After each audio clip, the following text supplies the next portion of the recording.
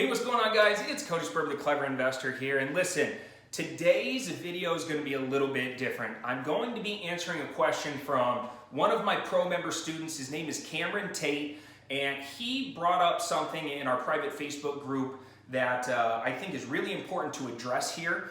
And the comment he made was, it's been 6 months and I still haven't gotten a deal. What should I do? I'm losing motivation.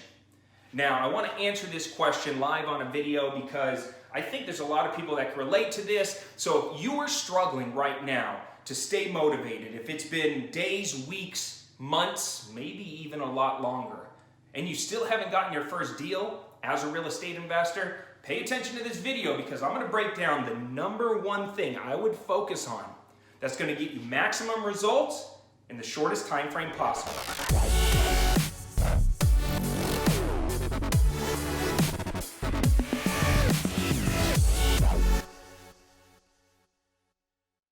It's your boy Cody Sperber, the Clever Investor here, and I wanted to pop on real fast. I wanted to come on real fast because one of our members, his name is Tate, he put out a post, and I think it's going to resonate with a lot of people. And I was driving home from the gym, I saw the post, and it just, I wanted to address it here. We're here in my home office. I got, whatever this thing is called, flip chart. I got my flip chart with me, and I wanted to address his concern. And I think, I know when I was first starting out as a real estate investor, it took me over 10 months to get my first real estate deal. And I was very frustrated. I remember all that enthusiasm, all that hope, all that excitement. By the third and fourth month, it started wearing off. By the fifth month, I started thinking, maybe you're crazy. Maybe it's never going to happen for you. By my seventh month, all my self-limiting beliefs were just totally crushing me. And like you guys know, by my ninth month, I actually quit the business. And I took about 5 months off. And then when I got back in and I found a mentor, that's when I actually turned the corner and I got my first big deal.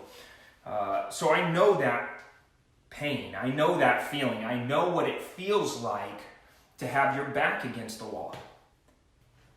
So I wanted to share some things with you. If I was brand new and I wasn't Cody Sperber and I didn't have the clout and I didn't have the connections, what would I do if I was month 1, 2, 3, 4, 5, 6 in the business? Where would I start?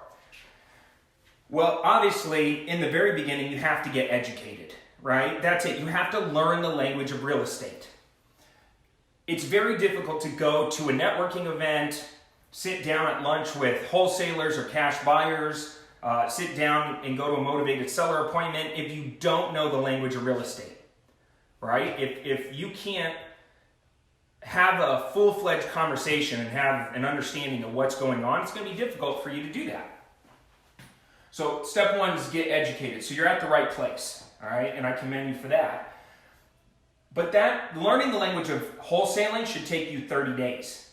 By your 31st day, you should have a pretty good grasp on what is wholesaling, how does it work, what terms do a wholesaler use, what are the pieces of the puzzle, right? And there's only 2 money-making activities. It's talking to people and writing offers.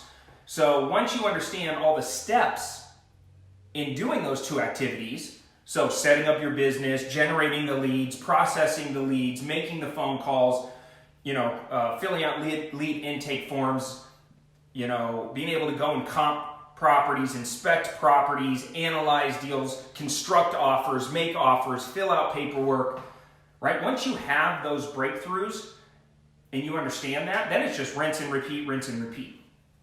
There's 2 sides of a transaction: acquisitions and dispositions. Acquisitions is all the money-making activities where you're going out and you're sourcing opportunities, you're sourcing deals. Dispositions is selling your deals or other people's deals to your cash buyer database, right? So 2 sides of the transaction. If I was brand new in the business, I would probably focus on just dispositions if I was having a hard time because either my market was tough And trust me, a lot of markets are tough, so I understand. Phoenix is tough. I'm still out here getting deals, but it's a grind. Either my market's tough, or I just don't have enough money to be able to effectively get out there and do aggressive marketing, or I don't have time because I have a full-time job. I would shift over from acquisitions and solely focus on dispositions. Because in dispositions, it's a strict, aggressive relationship building game. There's no money involved. If you have money, that's great, but there's very little money involved in dispositions. All right? So dispositions is where I would focus, and I would start off by doing a co-wholesaling operation. So my whole business model would be like, okay, I'm not good at doing both sides of the transaction. I'm going to shift all my time and attention over to dispositions, and I'm just going to build a cash buyers list, and I'm going to sell other people's deals to my cash buyers. All right? So focus on cash buyers. Right? I would focus on cash buyers. What are some ways to build a cash buyers list? All right? And I'm telling you right now, you don't need thousands and thousands of people on a cash buyers list. What if you had 50 people and they were active rehabbers, active landlords that had lots of money, deep pockets, but they don't have a lot of time to go source good deals. And they buy 5, 10, 20, 30 houses a year. Some of them might buy 5, 10, 20 houses a month. If you can get out in front of them, build a relationship with them, find out what they're looking for, and reverse engineer the deal to go and hunt down what they're looking for, you can be a property finder for them, and you can get paid. So what are some ways to do this? Well, probably the most effective way is DMing for dollars. DMing for dollars. Right now, you have the most powerful, connected technology right in the palm of your hands. We're on a social media platform that makes it very easy to send a message. Whether it's LinkedIn, Facebook, Instagram, you could be aggressively infiltrating groups, connecting with other like-minded investors, building a relationship with them and systematizing it, not just winging it, but like create email 1 or DM 1, DM 2, DM 3, DM 4. Get some psychology in those DMs where the first one's all building a relationship, the next one's teasing them a little bit, the third one is showing them example deals, fourth one's testimonials and other people you worked for, fifth one is a coupon. If they buy a house from you, they get $1,000 off the price. I mean, come up with some strategy. But then create the consistent habit of spending 2-3 hours until every platform's a little different, by the way. Some platforms allow you to send 500 DMs in a day, some 200 DMs in a day, but I would max the platform out every single day. I would also be infiltrating groups and making my name known, commenting, adding value, just putting myself out there, and then the goal ultimately is to make contact with a real landlord or a real rehabber, and then going out and seeing their projects, going out, meeting them for coffee or lunch, or getting out into the real world and actually building a real relationship with them. So I would spend a couple hours a day doing this. All right, what's another great way to build a cash buyers list?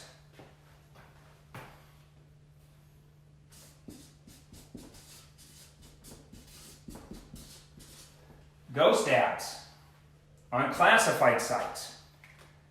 It's free to post an ad on classified sites, right? What is a ghost ad? A ghost ad is essentially putting out an ad on a property that you either used to have or you currently have, maybe there's a property that you have an option agreement on, or a flex option, or a contract on, but the price is too high and you know nobody wants to buy that house.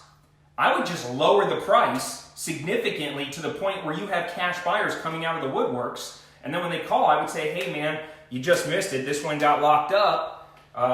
It's not available right now, but let me get your contact information. Let me put you on my VIP cash buyers list. So I would be just add. What's going to happen? And if you need inventory, go put up another wholesaler's inventory and put it out there. All right, ghost ads. What's another one?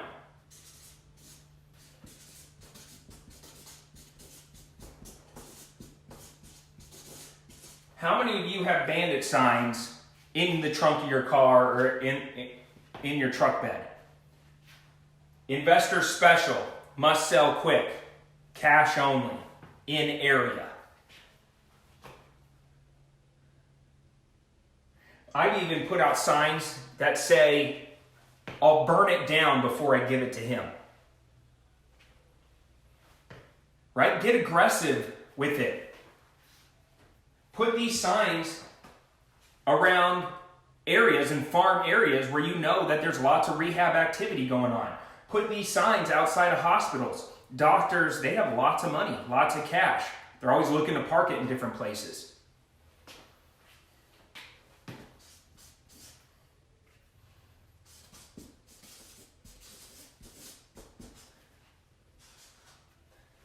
Furbos, for rent by owners. Backwards engineer for rent by owners. Call the landlords and pitch them. Yo, I have deals in your area. Would you like to add another extremely discounted, high cash flow property to your portfolio? Right? Call for rent by owners. I would get a hold of, I would try to find out where the Section 8 postings are in your area, right? Find the websites where all of the landlords are posting their available Section 8 rentals to find Section 8 tenants, and I would call the landlords, and I would backwards engineer those relationships.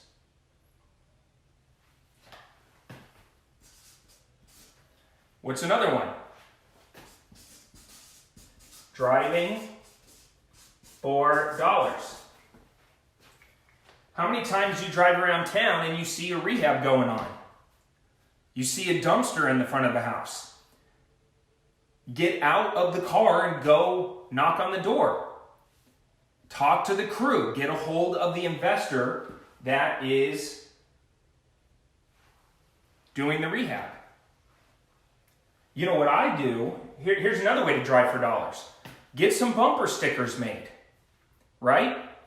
Deeply discounted foreclosures for sale with my phone number. And then what I do is I get a list of all the foreclosures that are going to sale over the next week from down at the foreclosure auction. And either I or I pay somebody to go drive around to all those foreclosures and stick bumper stickers on the garages. Put out bandit signs in the front yards. Who goes to the foreclosure auctions? Cash buyers. Who goes and drives all of the properties before they go to auction? Cash buyers. Right? So just get aggressive with it.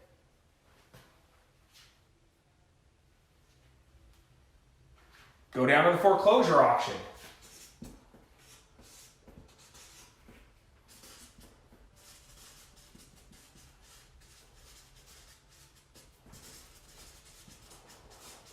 Go down to the foreclosure auction. Network your brains out. Wear a shirt that says, I sell houses to investors.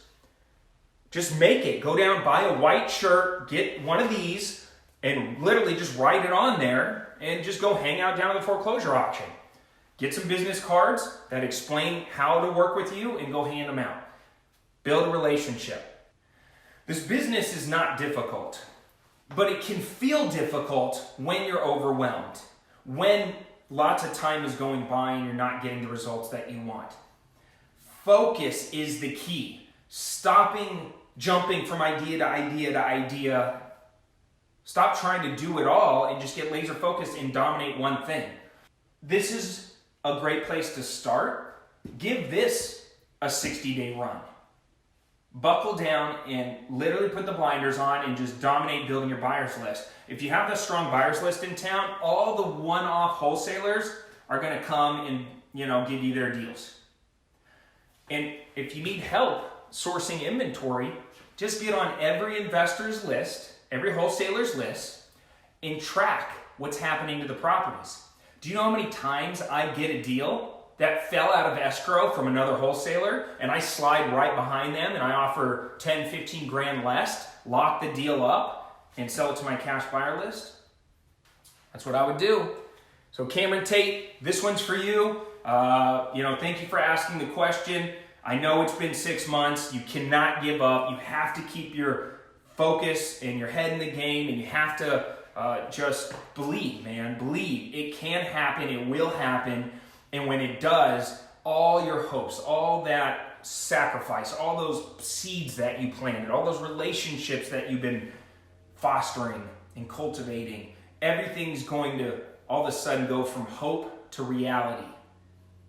And I'm telling you right now, the distance between deal 0 and deal 1 will be a lot longer than the distance between deal 1 and deal 2 if you take the best of what got you that first deal and you multiply it and magnify it, and you delete, automate, or get rid of everything else. Because there's only 2 activities that you need to focus on: talking to people and writing offers. So eventually you can open it back up and do both sides of the transaction. But start here, brother. You got this, all right? Till next time, I'm Cody Sperber, the Clever Investor, signing off for now. If you got something out of this, please leave me a comment down below. Let me know your thoughts on this one. I'm going to read all the comments. I really appreciate you guys playing full out. Till next time, signing off for now. Take care. Over here. Sperber out.